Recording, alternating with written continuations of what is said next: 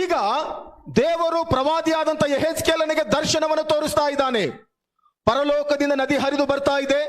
ಆ ನದಿ ಸತ್ತಂತ ಸಮುದ್ರಕ್ಕೆ ಜೀವ ಕೊಡ್ತಾ ಇದೆ, ಸತ್ತಂತ ಜನಾಂಗಗಳಿಗೆ ಜೀವ ಕೊಡ್ತಾ ಇದೆ, ಪರಿಸ್ಥಿತಿಗಳನ್ನು ಬದಲಾಯಿಸ್ತಾ ಇದೆ, ಬರುಡಾದಂತ ಭೂಮಿಯನ್ನು ಸಮೃದ್ಧಿಗೊಳಿಸ್ತಾ ಇದೆ.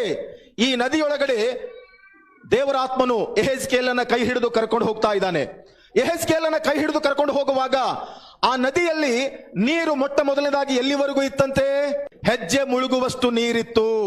ಅಂದ್ರೆ ನಾವು ಒಂದು ನದಿ ದಾಟುವುದಕ್ಕಾಗಿ ಹೋದಾಗ, ಆ ನದಿ ದಾಟುವಾಗ ಮೊಟ್ಟ ಮೊದಲನೇದಾಗಿ ನಮ್ಮ ಕಾಲಿಟ್ಟಾಗ ನಮ್ಮ ಅನುಭವ ಏನು?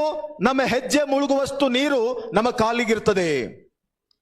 ಆತ್ಮೀಕ ಜೀವಿತದಲ್ಲಿ ನಾವು ಆಲೋಚನೆ ಮಾಡುವಾಗ, ನನ್ನ ಪ್ರಿಯ ಆತ್ಮೀಯರೇ, ಯಾವಾಗ ದೇವರ ವಾಕ್ಯ ನಮ್ಮ ಜೀವಿತದಲ್ಲಿ ಬರ್ತದೋ, ಯಾವಾಗ ದೇವರ ಆತ್ಮನು ನಮ್ಮ ಜೀವಿತದಲ್ಲಿ ಬರ್ತಾನೋ, ಆಗ ನಮ್ಮ ಆತ್ಮಿಕ ಜೀವಿತದಲ್ಲಿ ಆಗುವಂತ ಅನುಭವ ಏನು?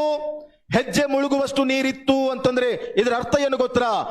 ರಕ್ಷಣೆ ಹೊಂದಿರುವಂತ ದೇವರ ಮಕ್ಕಳಾದಂತ ನಾನು ನೀನು, ನಮ್ಮ ಹೆಜ್ಜೆಗಳು, ನಮ್ಮ ಪಾದಗಳು, ನಮ್ಮ ನಡಿಗೆ ಇನ್ನು ಮೇಲೆ ಯೇಸು ಕ್ರಿಸ್ತನನ್ನು ಹಿಂಬಾಲಿಸುವಂತ ಪಾದಗಳಾಗಬೇಕು, ಯೇಸುವನ್ನು ಹಿಂಬಾಲಿಸುವಂತ ಹೆಜ್ಜೆಗಳಾಗಬೇಕು, ದೇವರೊಟ್ಟಿಗೆ ನಡೆಯುವಂತವ್ರು ನಾವು ಆಗ್ಬೇಕೆಂಬುದಾಗಿ ದೇವರ ವಾಕ್ಯ ತಿಳಿಸುವಂತದ್ದಾಗಿದೆ.